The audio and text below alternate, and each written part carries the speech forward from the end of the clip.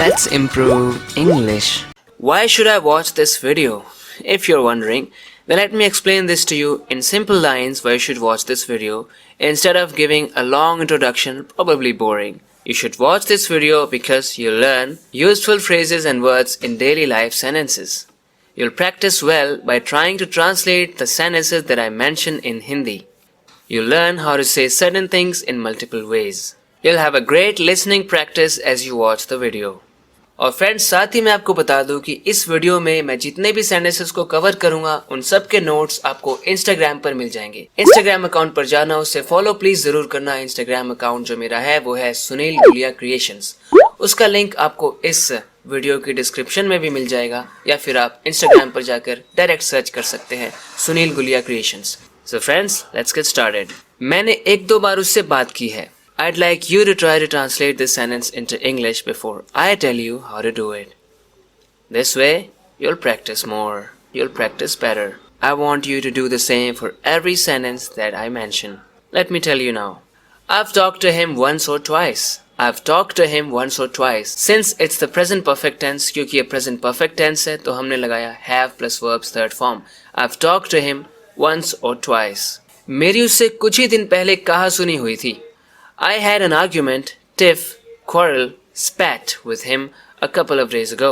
कहा सुनी को हम इंग्लिश में argument, tiff, quarrel या फिर spat इसमें से किसी भी वर्ड का यूज करके कह सकते हैं. With him, याद रखना है preposition with का यूज करना है. A couple of days ago मतलब कुछ ही दिन पहले. ये बहुत यूज होने वाला एक्सप्रेशन है. A couple of days ago, a couple of months, a couple of people, a couple of things. इस तरीके से हम इसका यूज करते हैं. पता नहीं वो कौन से कूड़े के डब्बे से निकल के आया है, इतना गंदा सा लग रहा है. How to say this? I wonder what dumpster he's crawled out of. I wonder. Whenever you want to say, पता नहीं यार, समझ नहीं आ रहा. I don't know. I wonder what dumpster. Dumpster is a large container for rubbish. He has crawled out of. Of course, we can also say he has come out of, but it's a better way to say crawled out of. I wonder what dumpster he has crawled out of. तुम इस पूरे कमरे में बदबू फैला रहे हो.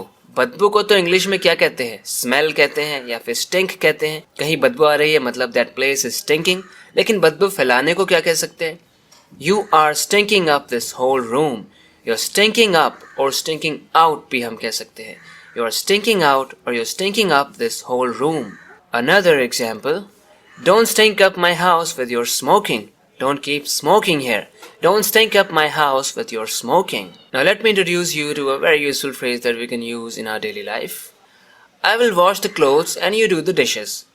Let's assume that someone tells you, I'll wash the clothes and you do the dishes. कोई आपसे कहता है, मैं कपड़े धो लेता हूँ, आप बर्तन धो लो. हाँ, मेरे लिए तो यही ठीक है. हाँ, कोई दिक्कत नहीं है, बिल्कुल ठीक है. जब ऐसे कहना होता है ना इंग्लिश में हमें, किसी ने कोई हमें बात बोली है कि ऐसा करते हैं, फिर हम बोलते हैं, हाँ ये तो ठीक है, मुझे कोई दिक्कत नहीं है. फाइन. तो हम कह सकते हैं fine by me. Fine by me मतलब कि I don't have any objection to that. Just do it the way you want. I don't have any objection. Fine by मी.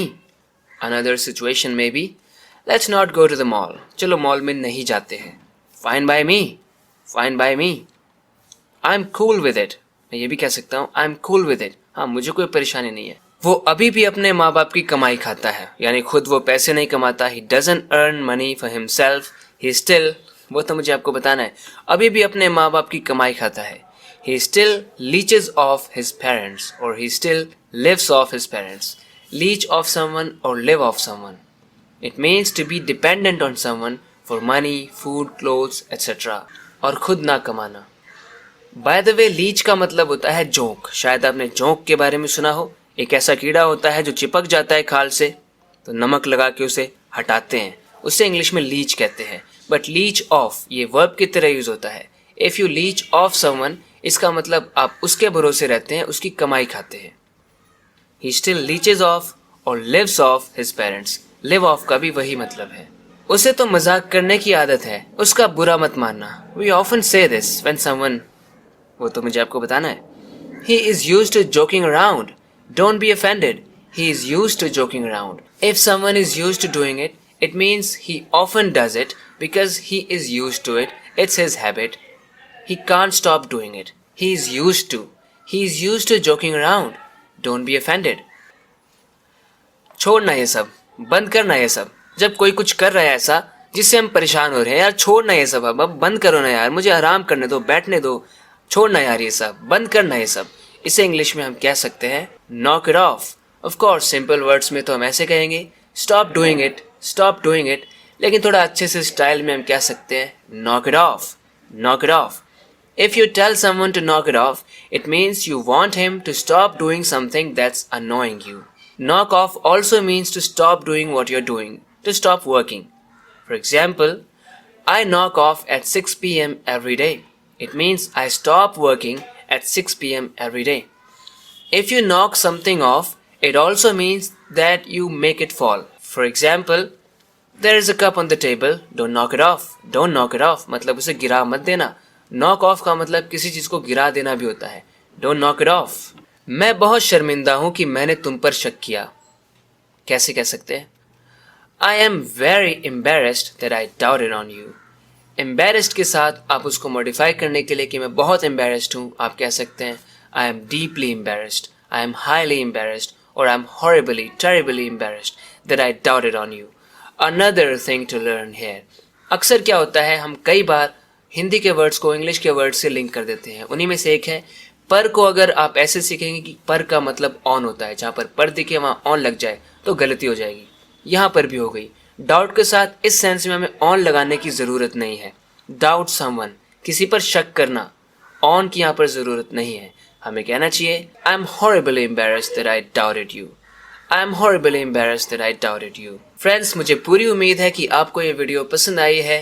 इसी तरह की वीडियोस मैं इस चैनल पर पोस्ट करता रहता हूं, अपलोड करता रहता हूं। आप इस चैनल को सब्सक्राइब जरूर करना अगर आपने अभी तक नहीं किया तो।